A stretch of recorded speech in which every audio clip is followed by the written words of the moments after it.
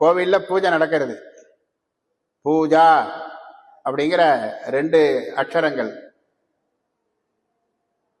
இது என்ன அர்த்தம் அப்படின்னாக்க, பூரியதே சர்வ கர்மாணி ஜாயத்தே ஞானமாத்மனி பூரணாது ஞானதாத்ருத்வாது பூஜா சப்தா பிரகீர்த்திதா அப்படிங்கிற.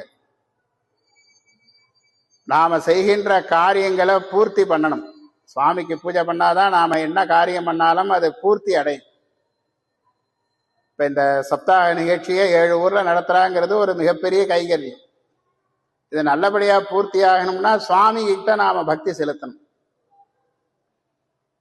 பூர்த்தி பூரணம் அப்படிங்கிறதுனுடைய முதல் எழுத்து பூ, நமக்கு பூர்த்தியை செய்கின்றது. இதெல்லாம் செய்ய செய்ய நமக்கு ஞானம் வளரணும்.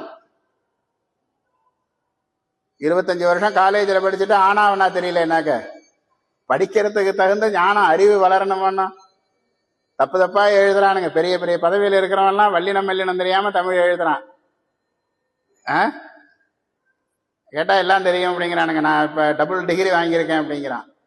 வாங்கினது பெருசு இல்லை, வயதாகிறதுனால நமக்கு ஒன்றும் வயதாலேயோ நிறைய பட்டங்களை வச்சுட்டு இருக்கிறதுனாலயோ அறிவு வளராது. அறிவு வளரணும்னா சுவாமி அனுகிரகம் வேணும். அதுதான் ஜாயத்தே ஞானமாத்மனி. ஆன்மாவில இந்த உயிருக்கு அறிவு வளரணும். ஆக நாம இந்த பிறவி பிறந்திருக்கிறதுனுடைய நோக்கம் பூர்த்தி அடையணும். நமக்கு நல்ல ஞானம் வளரணும்.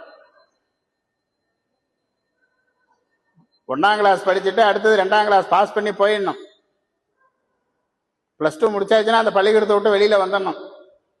திரும்பி என் கூட விளையாண்ட பையன்கள்லாம் அங்க இருக்காங்க, அங்க குடிக்கிறதுக்கு தண்ணி நல்லா இருக்கு, மதிய உணவு நல்லா இருக்கு, நான் இந்த பள்ளிக்கூடத்திலே இருக்கேன்னு சொன்னாங்க. அப்படிதான் இந்த உலக வாழ்க்கை. இங்கேயே சுத்தின்னு இருக்கக்கூடாது. அடுத்தது காலேஜுக்கு போறதுக்கான பக்குவம் நமக்கு வேணும். +2 பாஸ் பண்ணாதானே காலேஜில் சேர்ப்ப இல்லையா?